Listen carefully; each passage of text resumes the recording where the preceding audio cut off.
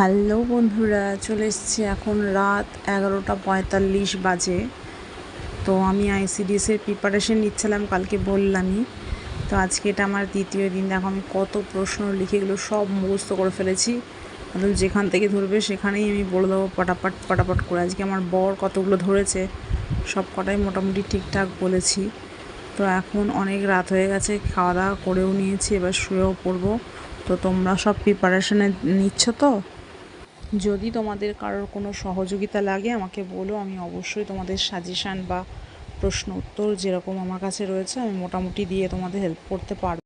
আমি তো যেখান থেকে যা পারছি জোগাড় করে করে একটা জায়গায় লিখে রাখছি। তো তোমরা আমার মতো যারা আছো ওয়ার্কিং ওমেন, তাদের জন্য তো খুবই ডিফিকাল্ট। সংসার সামলে এতদিনের লেখাপড়ার সঙ্গে অ্যাটাচ নেই আমরা, তো তারপরেও সংসার সামলে অফিস কাছারি সামলে লেখাপড়ার টাইম দেওয়াটা খুবই দুঃসাধ্যকর।